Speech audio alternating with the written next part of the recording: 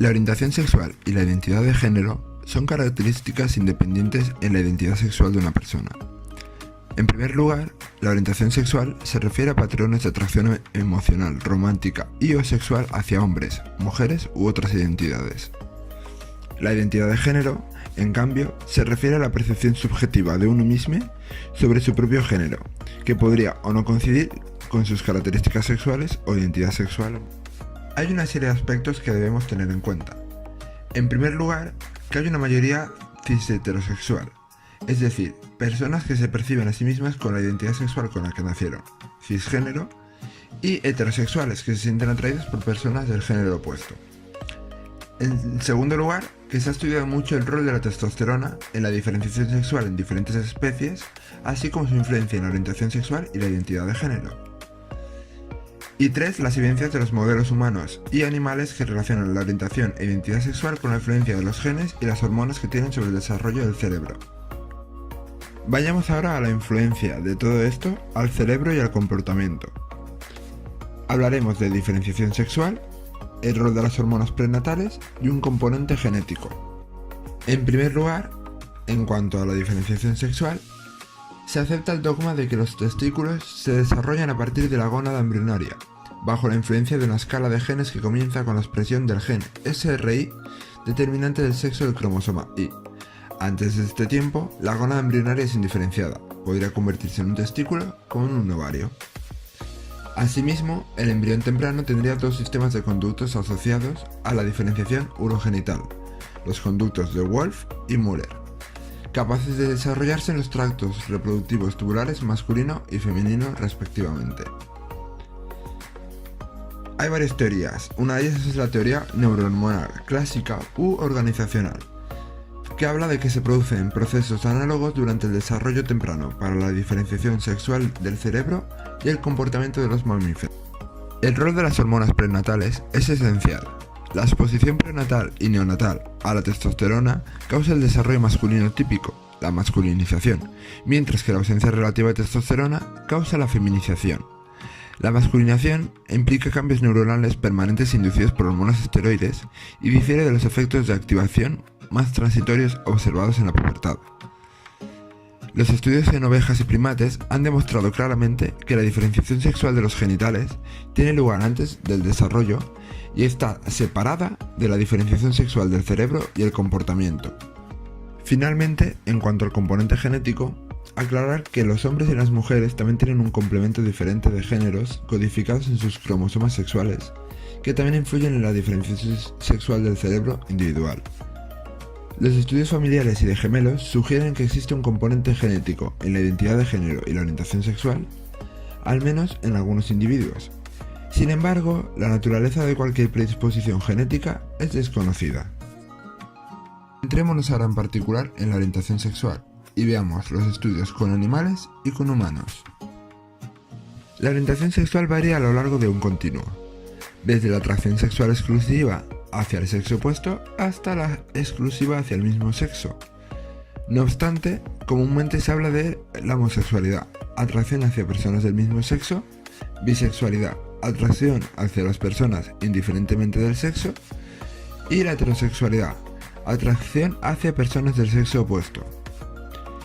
El origen de la orientación sexual está lejos de ser comprendido. Sin embargo, en las últimas décadas, el discurso científico sobre el tema de la orientación sexual ha progresado desde ¿es biológico? ¿A qué tipo de biológico? La mayoría de los investigadores, entre ellos Breedlove, se adhieren a la teoría neurohormonal de la orientación sexual. Las regiones cerebrales sensibles a los andrógenos que median la atracción sexual se desarrollan de forma típica a los fetos que se convierten en adultos atraídos por el mismo sexo. Cabe destacar una gran cantidad de datos empíricos que sugieren que los genes y las hormonas son reguladores importantes de la orientación sexual. Sin embargo, no hay prueba de que esté afectado por factores sociales después del nacimiento. Veamos ahora los 4 grandes descubrimientos con los estudios animales. Esteroides sexuales perinatales. Los estudios demuestran que estos tienen un gran impacto en la organización de la elección de pareja con varias especies de animales, como aves, ratones, ratas, hámsters, hurones y cerdos. En particular, la exposición perinatal de la testosterona o su metabolito estradiol Programa las preferencias de parejas masculinas, es decir, ginófilas, y en ausencia de estos niveles de esteroides, de preferencia sexual femenina, androfílica, para las parejas sexuales. Los grupos neurales sexualmente dismórficos, en inglés Sexually Dimorphic Neural Groups, SDN, se ha estudiado en roedores su efecto. Presentes en el área preóptica medial de estos animales, correlacionan positivamente el volumen de dichos núcleos con la preferencia del animal por una hembra receptiva, así como que la distribución de este puede hacer que muestre preferencias neutras o androfílicas, es decir, de hombres. El tercer descubrimiento con los modelos animales se refiere a interacciones sexuales entre animales del mismo sexo. Se han reportado interacciones naturales entre animales del mismo sexo que involucran excitación genital en cientos de especies. Sin embargo, a menudo parecen estar motivados por propósitos distintos del sexo y pueden servir para facilitar otros objetivos sociales. Sin embargo, la orientación exclusiva y la duradera hacia el mismo sexo es extremadamente rara entre los animales y solo se ha documentado de manera concluyente y se ha estudiado sistemáticamente en ciertas razas de ovejas domésticas, que prefieren la elección de una pareja del mismo sexo para toda su vida antes que del sexo opuesto. Por último, de acuerdo con la teoría organizacional sobre diferenciación sexual, de acuerdo con esta, las ovejas tienen un núcleo preóptico sexualmente dimórfico ovino, o SDN, que es más grande y contiene más neuronas en los carneros orientados a la mujer, ginófilos, que en los carneros orientados al hombre, andrófilos, y las ovejas, andrófilas. Se requiere más investigación para comprender si los parámetros de desarrollo de la SDN y para relacionar causalmente su función con las preferencias de la pareja sexual en las ovejas. En conclusión, los modelos animales y paradigmas experimentales en animales han ayudado a formular preguntas y proponer hipótesis relevantes para la orientación sexual humana. Dicho cual, pasemos a estudiar los modelos humanos. Los estudios respecto a genes. La evidencia de estudios familiares y de gemelos sugiere que la orientación sexual tiene un componente genético moderado. El 40% de la variación en la orientación sexual en los hombres está controlada por genes, mientras que en las mujeres el 20%. El primer estudio del enlace genético sugería un tramo específico del cromosoma X llamado XQ28, y contiene un gen o genes que predisponen a un hombre a ser homosexual. La explicación hormonal se da mediante la teoría organizacional de la diferenciación sexual ya vista en animales. Sin embargo, esta teoría no se puede probar directamente en humanos porque no es ético administrar hormonas experimentalmente a mujeres embarazadas y probar su efecto en la orientación sexual de los hijos. Sin embargo, sí se puede medir mediante los trastornos naturales y androgénicos del desarrollo sexual que involucran altas alteraciones en la acción hormonal o la exposición, como son las mujeres nacidas con hiperplasia suprarrenal congénita, HAC, que son expuestas a niveles anormalmente altos de andrógenos en el útero y así muestran genitales masculinizados, comportamiento de juego y agresividad. Además, también tienen menos probabilidades de ser exclusivamente heterosexuales. Por otro lado, también se observan los efectos androgénicos prenatales en la orientación sexual en individuos con XY nacidos con estrofia cloacal. Originalmente se informó de un número significativo de estas personas que fueron asignadas quirúrgicamente y criadas como niñas, pero que después se adoptaron una identidad de género masculina. En cuanto a neuroanatomía, la teoría organizacional prenatal de la orientación sexual explica que hay rasgos anatómicos y fisiológicos que son sexualmente dimorfos en los humanos y que en los individuos que comparten la misma atracción sexual son similares. Se han encontrado diferencias neuroanatómicas basadas en la orientación sexual. En varones humanos, por ejemplo, el tercer núcleo intersticial del hipotálamo anterior, el INA3, es más pequeño en hombres heterosexuales que en hombres homosexuales. Y en cambio tiene un tamaño similar en hombres y en mujeres homosexuales. Estos elementos del área anterior y preóptica del hipotálamo son parte del circuito neuronal central para las preferencias sexuales. Otros biomarcadores neurales y somáticos de la exposición prenatal de andrógenos, de los que habló McFadden, se miden en las propiedades funcionales del oído interno, en medidas de emisiones autoacústicas, OEA, y en los circuitos auditivos del cerebro por medidas de potenciales evocados auditivos. Y estos difieren entre los sexos y entre los individuos heterosexuales y homosexuales. Y la tercera diferencia está en la proporción del segundo dígito al cuarto dígito, 2D, 4D. Y se observan pequeñas diferencias en las mujeres lesbianas que tienen ratio más pequeño que las mujeres heterosexuales. En cambio, en hombres no hay grandes diferencias, puede incluso ser hipermasculinizado. La respuesta inmune maternal trata el efecto del orden de nacimiento fraterno, que dice que el índice de la homosexualidad aumenta en aproximadamente un 33% con cada hermano mayor. La principal hipótesis sostiene que algunas madres desarrollan anticuerpos contra un factor I, el factor o la proteína neuroglignina 4, que está vinculado en el desarrollo del cerebro masculino, y que la respuesta aumenta de manera incremental con cada gestación masculina, lo que a su vez conduce a la alteración de las estructuras cerebrales subyacentes en la orientación sexual. En cuanto a diversidad en todo el espectro de la orientación sexual, hay una clara diferencia entre los mecanismos de determinación en la orientación sexual en hombres y en la orientación sexual en mujeres. Esto debe verse con cierta precaución. Según Breedlove y la teoría neurohormonal de la orientación sexual, hay regiones del cerebro sensibles a los andrógenos que podrían mediar la atracción sexual y funcionan diferente en ambos sexos.